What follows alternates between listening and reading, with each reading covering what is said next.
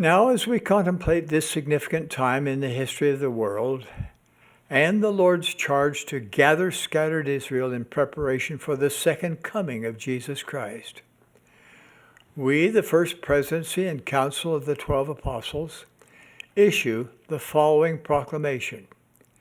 Its title is The Restoration of the Fulness of the Gospel of Jesus Christ, a Bicentennial Proclamation to the World.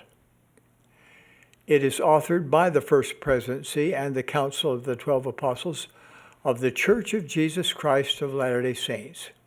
It is dated April 2020.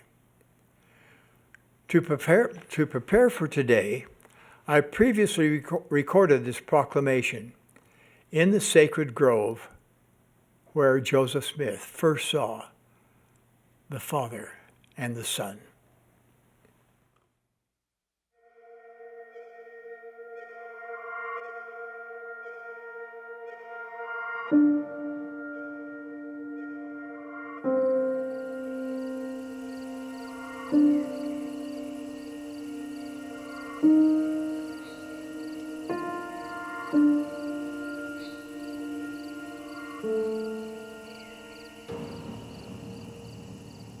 We solemnly proclaim that God loves his children in every nation of the world.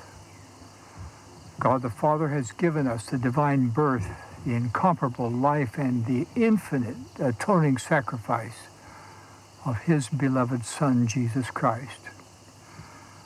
By the power of the Father, Jesus rose again and gained the victory over death.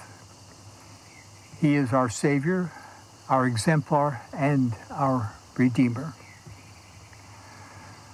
200 years ago, on a beautiful spring morning in 1820, young Joseph Smith, seeking to know which church to join, went into the woods to pray near his home in upstate New York, USA.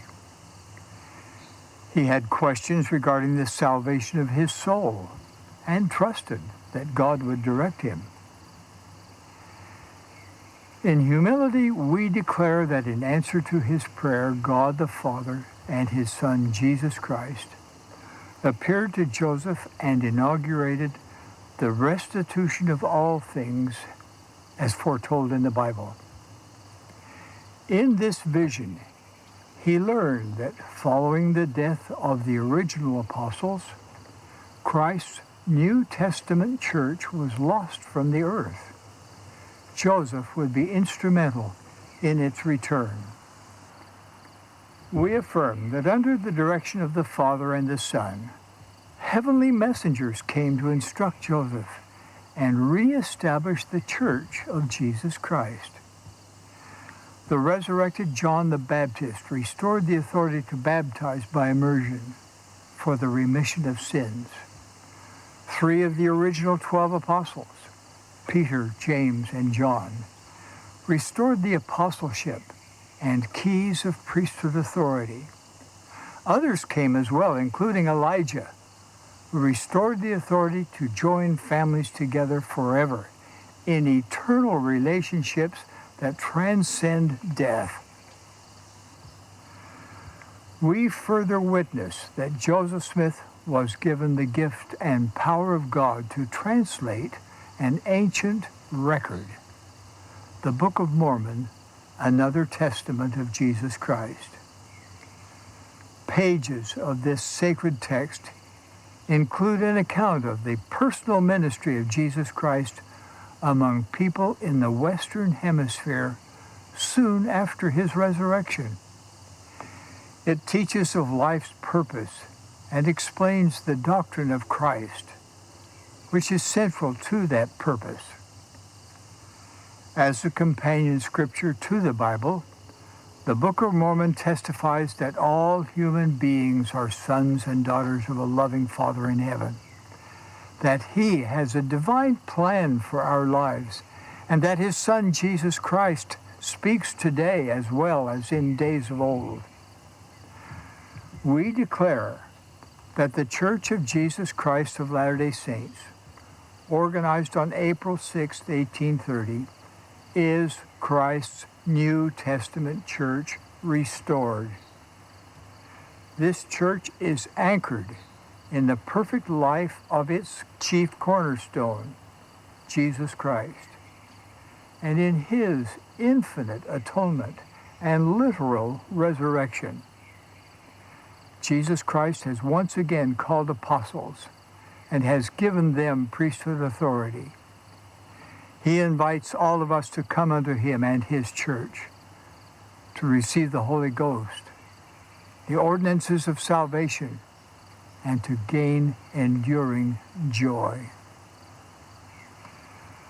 200 years have now elapsed since this restoration was initiated by God the Father and his beloved Son, Jesus Christ. Millions throughout the world have embraced a knowledge of these prophesied events. We gladly declare that the promised restoration goes forward through continuing revelation. The earth will never again be the same, as God will gather together in one all things in Christ. With reverence and gratitude, we as his apostles invite all to know, as we do, that the heavens are open.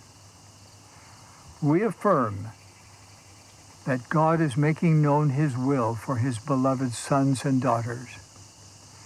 We testify that those who prayerfully study the message of the restoration and act in faith will be blessed to gain their own witness of its divinity and of its purpose to prepare the world for the promised second coming of our Lord and Savior, Jesus Christ.